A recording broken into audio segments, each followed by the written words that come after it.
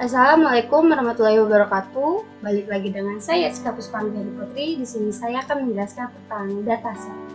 Apa itu dataset? Nah, dataset itu sekumpulan data yang disusun secara terstruktur. Biasanya dataset ini dipresentasikan dalam bentuk tabel alias baris dan kolom. Nah, tiap baris dan kolom biasanya mewakili variabel tertentu. Contohnya, suatu kolom mewakili jumlah skor siswa, sedangkan barisnya itu mewakili kelas siswa. Nah, dengan kata lain, salah satu fungsi dataset untuk memperhatikan hubungan antar variabel, khususnya jika jumlah data dan variabel yang diteliti cukup bervariasi.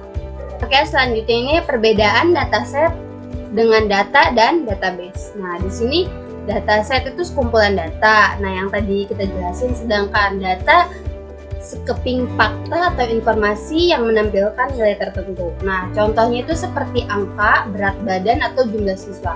Sedangkan database itu tempat di mana kumpulan data disimpan. Nah, jika data adalah baju, maka database itu lemarinya.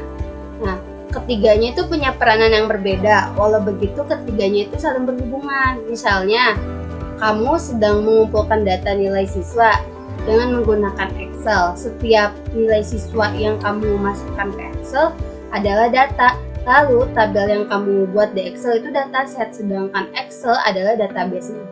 Nah, karena di sanalah kamu menyimpan, mengolah datanya. Jadi, satu database bisa berisi banyak dataset dan satu dataset bisa berisi banyak data.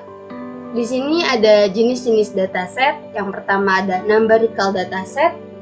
Nah, numerical dataset ini jenis dataset yang paling sederhana karena isinya hanya data yang berupa angka. Mengapa jenis dataset ini kerap disebut data kuantitatif? Nah, contohnya jika kamu sedang mengumpulkan data berat badan dari sekumpulan orang, berarti kamu sedang membuat numeric dataset karena data yang kamu kumpulkan hanya berisi angka. Yang kedua itu correlation dataset. Nah, correlation dataset itu jenis dataset yang berisi data yang memiliki korelasi atau saling berhubungan satu sama lain. Nah, contohnya itu kamu sedang mengumpulkan data penjualan dari suatu toko. Lalu kamu menemukan bahwa ketika penjualan sikat gigi meningkat, penjual pasta gigi juga ikut meningkat.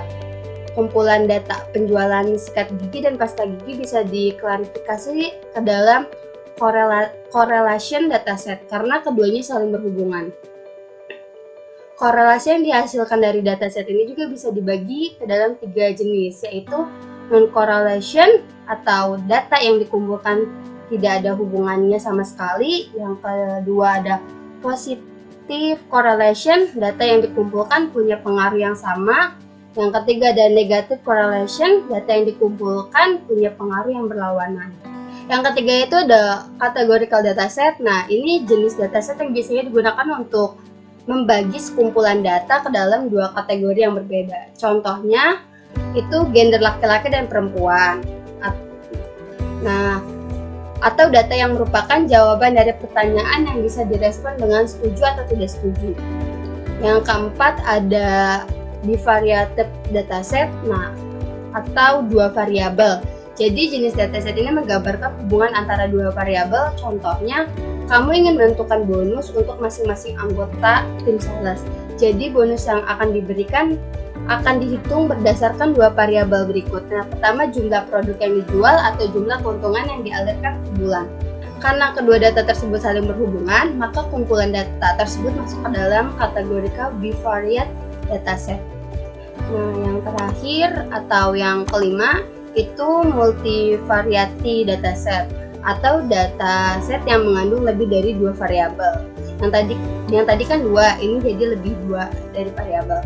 Nah, misalkan kamu sedang mengumpulkan data terkait karyawan. Jadi kamu menyimpan data terkait umur, alamat, nomor telepon, dan alamat email. Berhubungan dengan dataset yang kamu buat berisi 4 variabel yang berbeda, berarti dataset yang kamu buat tuh bertipe multivariat.